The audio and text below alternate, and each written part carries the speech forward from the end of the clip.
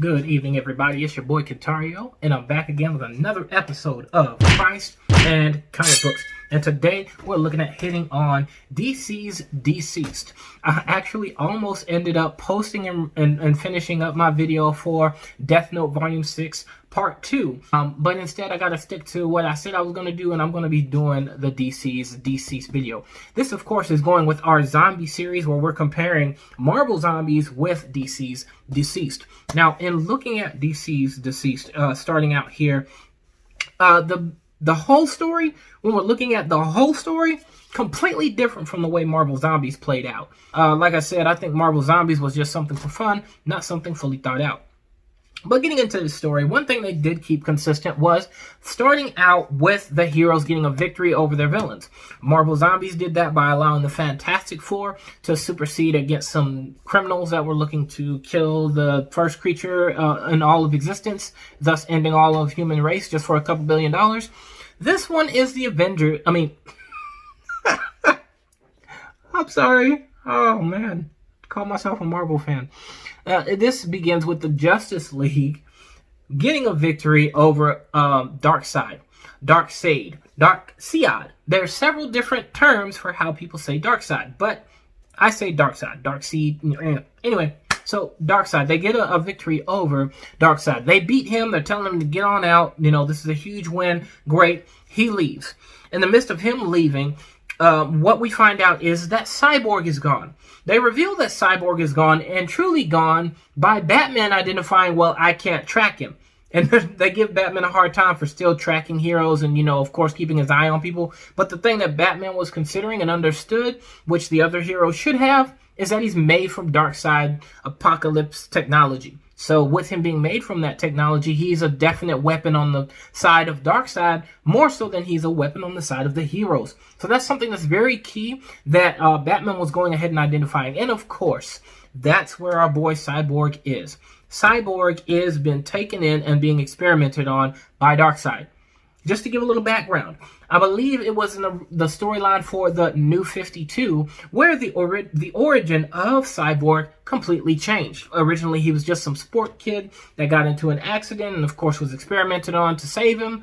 But in this case, they wrote him to where he was experimented on through Apocalypse technology, which is where he gets his cybernetics, which is what allows him to link himself to the world's internet, or in any case, anything technological he can bond himself to. So what Darkseid is doing in this storyline is he is looking to tap into that technology to then find a new way to get his hands on what's called the anti-life equation. Something to bring clarity on about the anti-life equation in DC is this is something that is used to basically control people and have full control over people, over their minds, over what they do, basically them becoming obedient slaves, which has been the main goal of Darkseid since day one, is getting and mastering the anti-life equation. Now, with what he does in this instance, however, he causes something else to happen, to where there's a virus embedded in this technology that infected Darkseid, and Darkseid goes on this rampage. So in Darkseid going on this rampage, it ends up spreading all across the planet of Apocalypse. Now, the person that was working on Cyborg during this time immediately sends him off, hoping that he had saved his planet, but he doomably did not. But thought he could save his planet by sending Cyborg back to Earth. He sends Cyborg back to Earth. Cyborg immediately connects to the internet. So what happens now? With Cyborg immediately connecting to the internet, the virus spreads immediately. Anyone that was on their phone, anyone that was on their games, anyone that was looking at their television, anyone that was on their computer, they got infected with the virus. So you see, like literally a matter of seconds, from Cyborg landing to everyone in the city going crazy and attacking each other, and this virus getting spread from person to person. Something I want to identify for you guys immediately right out the gate. Here's a difference between what virus is being spread in this story versus the virus that was being spread in Marvel Zombies. The virus for Marvel Zombies, its focus was getting inside of the strongest person in the world, or in this case, the universe. And at that time, from the way that Marvel Zombies was written, that was Sentry, who then spread the virus from hero to hero. So that's something to keep in mind here, is that virus spread from most powerful to most powerful. That's why throughout the whole thing and near the end of it, you only see the most prominent heroes and villains even being infected with this. You want to hear what I had to say about that? Check out my video prior on Marvel Zombies, which is linked in the bottom in the description. So the difference here when we're looking at DCeased zombies, DCeased zombies' goal isn't to devour. Their goal as well as isn't to devour, and neither is it to simply just get its hands on the most powerful people in the world. They're simply looking to spread. That's all their goal is. Whether they spread by biting you, whether they spread by scratching you, that's all they're looking to do is spread the virus. So the virus ends up spreading, and we go from this point of the virus spreading to the virus starting to impact, of course, our heroes and, of course, some of the villains. It starts out by impacting, immediately hits Batman's house. Batman tries to shut down his entire system, but he was too late. Nightwing is the first revealed hero to be infected by the virus. Man, and I tell you, my heart broke. They had to do my boy like that. Why they had to infect Nightwing first? Nightwing is a GOAT. Nightwing is that boy. If you need anybody to replace Batman, to take up Batman's mantle, to do what Batman does, who gets it, it's Nightwing. No, let's go take out Nightwing first. All right, okay, fine. Infect Nightwing. So we got Nightwing who's infected. We got Robin who's infected. We don't know which version of Robin this is. This could be Tim Drake or this could be Jason Todd. It's not very clear which version of Robin this is, but he's infected. So Alfred's trying to fight them off. Batman throws himself to the wolves, and he's fighting them off. And you immediately see him getting scratched and bitten. And then they pan off. It's just like, no, man, they starting this thing off hot. So we got the smartest man in DC taken out.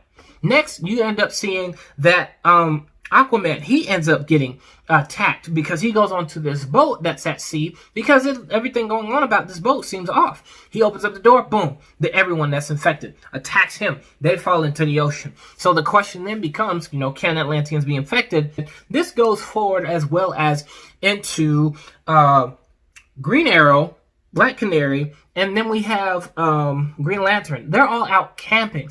With them all being out and camping, they're sitting here thinking and hoping, everything's good. We're having a good time. We're not seeing anything with technology. So they're, of course, unaware of what's happening right now.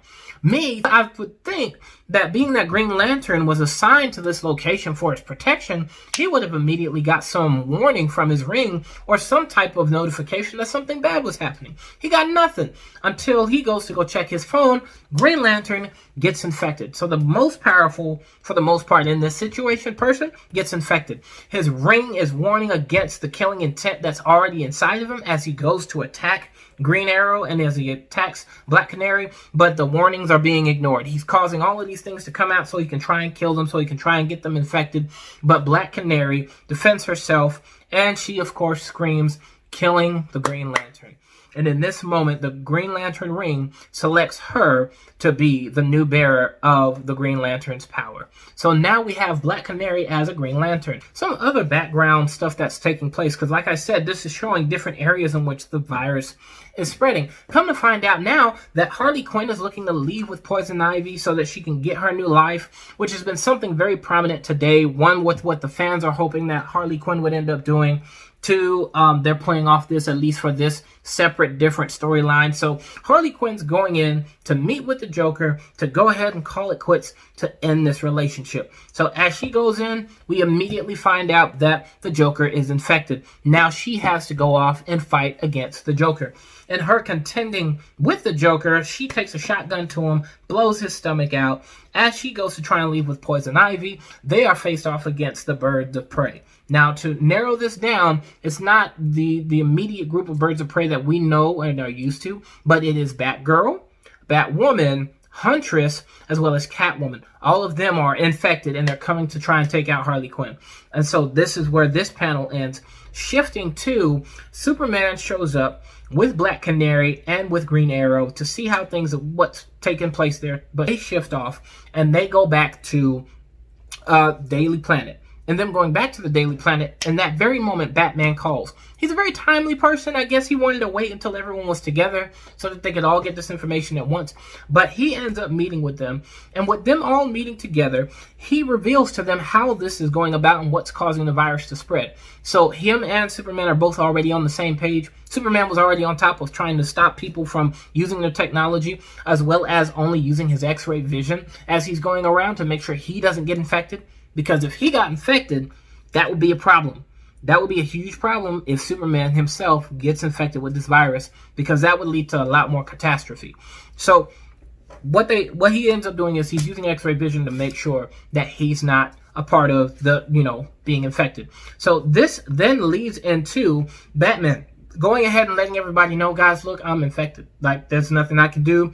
I can't stop it. The only thing I can do right now is use Mr. Freeze's outfit, which you catch him wearing, which is a cool look, by the way, him in Mr. Freeze's outfit, but he's using that to slow down the spread of the virus so that he can get this message out, because it spreads very, very fast.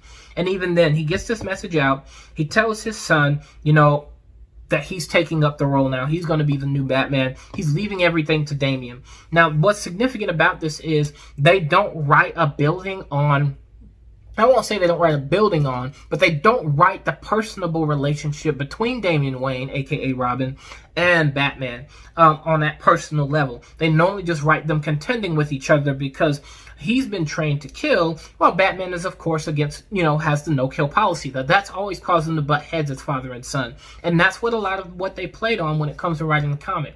When it comes to DCeased, they wrote this in a way of, we never built this relationship. We never grew close. Dad, I'm sorry, I'm going to miss you. Like, that's really what you can see in the expression of Damian Wayne. And you can hear in Batman's voice, he's wanting to say, I love you, son, but he's keeping it hard like he always does. But the virus overtakes him in that moment. Now he's here with Alfred, and Alfred has to take down our boy Batman.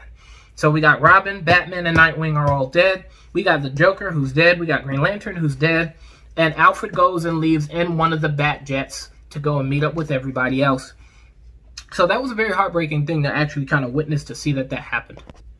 As a plan to try and get ahead of everything, we have it to where the heroes have all come together and have been trying to find safe places for for the humans that are still surviving. Superman goes around and captures and saves some people and brings them in to come stay at the Daily Planet. But then you also have it to where, of course, Wonder Woman goes out to the Mascara, and she goes and petitions with her mother, Hippolyta. I'm butchering her name. You'll have to forgive me. But she goes to petition with her mother to open up the doors to the Mascara so that survivors can come there, because this is getting to be a really bad situation that they're in. Everything's falling apart. We need to be able to save humanity. What's the point of us surviving if we're not doing anything to help our people, right? So she petitions for that. In the midst of all of this happening, they end up getting attacked by this hero woman known as Giganta. Now, to kind of paint the picture of who Giganta is, think of this as DC's Mountain Girl, My Hero Academia reference, guys. But that's who she is. She's not that popular, but she's a threat, being that she's the size that she is and how she can spread the virus. So they end up working together to bring her down. Alfred even shows up with the Bat Jet, shoots a couple missiles, knocking her down. He crashes the Bat Jet, but he's okay. And in her being down, Wonder Woman's coming out of the sky to look to do the killing blow. Superman's trying to save her. What does this reveal in this moment, right? What this reveals is that there's still this lingering hope inside Superman that these people can be saved. That's why he's not ready and quick to do the killing. Here's something that's so significant about identifying this. They don't have Superman go all out. They don't have Superman thinking this way. One, because of Superman's actual character. Two, because if he did think like this early on, this would be over in a heartbeat. He'd go around, kill, and break all the TVs, boom, boom, boom, boom, done. Like, he could end this really quickly. That's another side to this as well when we look at it from the standpoint of Batman. Had he survived, Batman could have ended this quickly as well, because Batman is the smartest DC character that they have. He would have figured out a cure in some way, shape, or form and ended all of this. But they took him out. They're playing on Superman's character that keeps him from killing. Superman's trying to stop Wonder Woman from dealing the killing blow. Cyborg comes in and he does a headshot immediately. Now he's joined the party. He's joined in with helping everybody. But the crazy and dangerous thing is Cyborg seems to demonstrate he's not quite aware that he's the one spreading the virus and that the cure can be found within him. So that's the tricky thing there as well. No one knows what's happening. The closest they got was Batman, who explained as much as he could before he ended up dying. So she's dead. They have all of these heroes rallied together. And what's happening on the side is we have, of course, the lady that leads the group that formed the Suicide Squad, working with the government to try and figure out a way to deal with this virus. So they're operating from two standpoints. One standpoint being they have Mr. Atom, who is the one that shrinks. Okay, there's 3 different Atoms. We're not getting into all of them. But they have the one that shrinks down. He's going in to try and figure out what's going on inside these infected. But he ends up getting infected. And as they send out Captain Atom, who is the one that can go toe-to-toe with Superman, a lot of you know him, they play off of the most usual thing that they always do with this Captain Atom, self-destructing. How do they do that? With the other Atom being infected, he shrinks, goes inside the suit, and infects him. But in him infecting him, he does something to where he overloads and explodes. Now, Superman and Wonder Woman see that he's, infected, and they go to try and deal with him. And then them going to try and deal with him, he self-destructs. And that's where we're going to stop this video, is at this point. I have to do this in two parts, guys, because there's so much meat to this story. There's so much meat to DCeased, that we got to take this in part. So you guys be looking forward to part 2, which you will see next week. It won't be my next video, but you will see it next week. I hope you guys enjoyed this. Make sure you guys hit that subscribe button, as well as leave a comment on what you think of this video and what other things you'd like to see me do a review on. And once I finish up with part 2, not to give you too much too early, but once I finish up with part 2, we're going to get into what the Bible's got to say about zombies. What does the Bible have to say about the dead being risen? And not talking about resurrection, but we're talking about zombies. But we will be tying in the resurrection, because those are two very different things. Thank you guys for joining us. Y'all have a blessed one.